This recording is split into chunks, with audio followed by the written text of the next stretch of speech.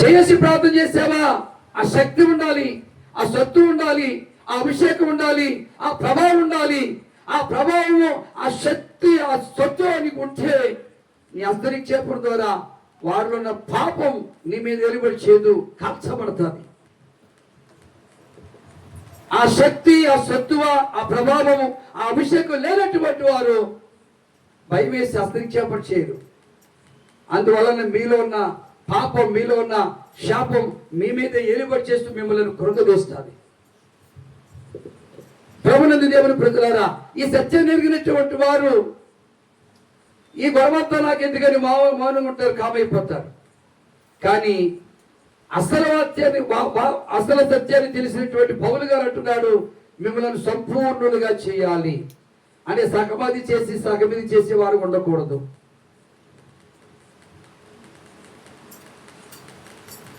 కాబట్టి ఈ రాత్రి పరిశుద్ధాత్మ దేవుడు చెప్తున్న మాట ఏమిటంటే, మీ ఇంట్లో ఏదైనా కార్యక్రమాలు జరిగించాలంటే అది సేవకుడు సలహా ద్వారా చేస్తే మీకు మేలు, మీకు ఆశీర్వాదం.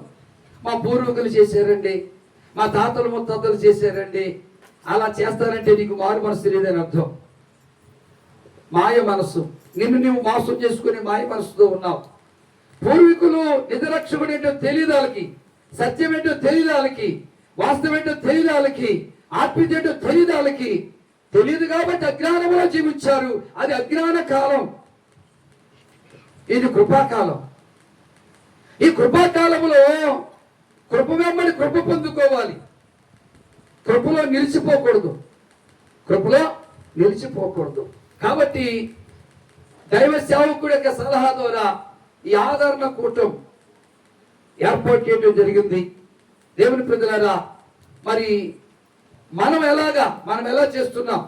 మన ఇంట్లో ఏదైనా కార్యక్రమాలు చేయాలంటే లోక సంబంధంగా చేసే వారంగా ఉంటే దేవుని ఆత్మను దుఃఖపరిచిన వారు అవుతారు.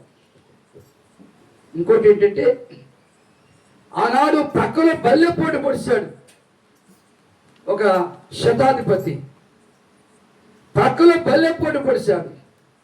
మరి మీలో ప్రజలు కూడా ఎన్ని బల్లెపోట్లు పొడుస్తున్నారు, ఎన్నిసార్లు పొడుస్తున్నారు. ఆ రోజైతే ఆ ఒక్కరోజే ఆయన పక్కలో బల్లెపోటు పొడిచి ఆయన మేలే పొందుకున్నాడు. అతడు గుడ్డివాడు, ఒక కన్ను కనపడదు. ఆ శతాధిపతికి ఆ ప్రక్కలోంచి కారుతున్న నీరు రక్తము తన ముఖం మీద చెందగా అతడు చూపు పొందుకున్నాడు. అతడు అన్నాడు, ఇతడు నిజముగా నీతిమంతుడని సాక్ష్యం చెప్పాడు. మరి మన మాటల చేత, మన క్రియల చేత ఎన్నిసార్లు ఆయన పక్కలో బల్లెపోట్లు పొడుస్తున్నాం అంటే దేవుని ఆత్మను దుఃఖపరుస్తున్నాం.